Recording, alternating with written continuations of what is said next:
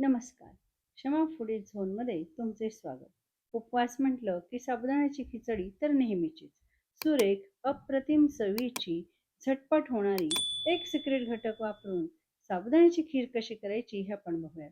यासाठी एका पातेल्यामध्ये मी चमचाभर तूप टाकून घेतलं आहे आणि 2 ते 3 तास एक पाव कप साबुदाणा मी भिजवून घेतला आहे.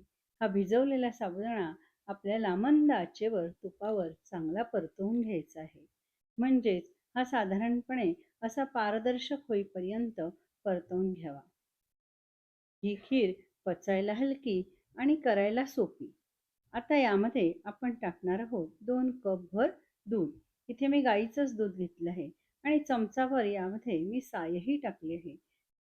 नीट मिक्स करून घ्यावं आणि आता आपण यामध्ये सिक्रेट घटक खिरीला दाटपणा येण्यासाठी घालणार आहोत. तो म्हणजे पाव वाटीभर मिल्क पावडर. ही मिल्क पावडर लगेचच मिक्स करून घ्यावी. याच्या गुठळ्या होऊ देऊ नयेत. गॅसची आच मंदच ठेवावी. साखर घालण्यापूर्वी 1 मिनिटभर उकळून घ्यावी. महत्त्वाचं म्हणजे यामध्ये आधी साखर घालायची नाही, नाहीतर ती पानसट लागते. चांगली खीर उकळली आहे.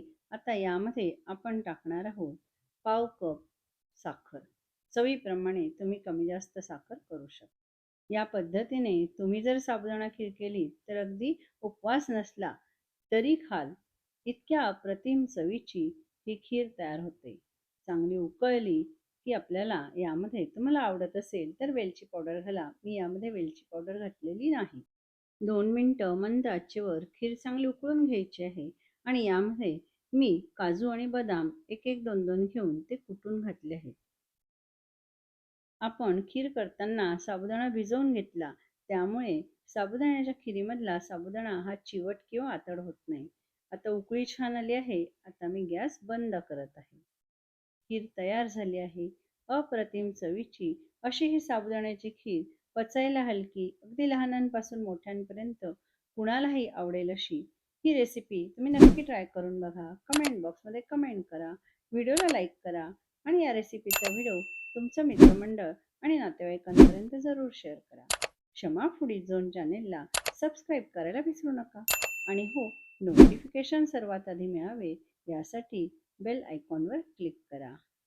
धन्यवाद.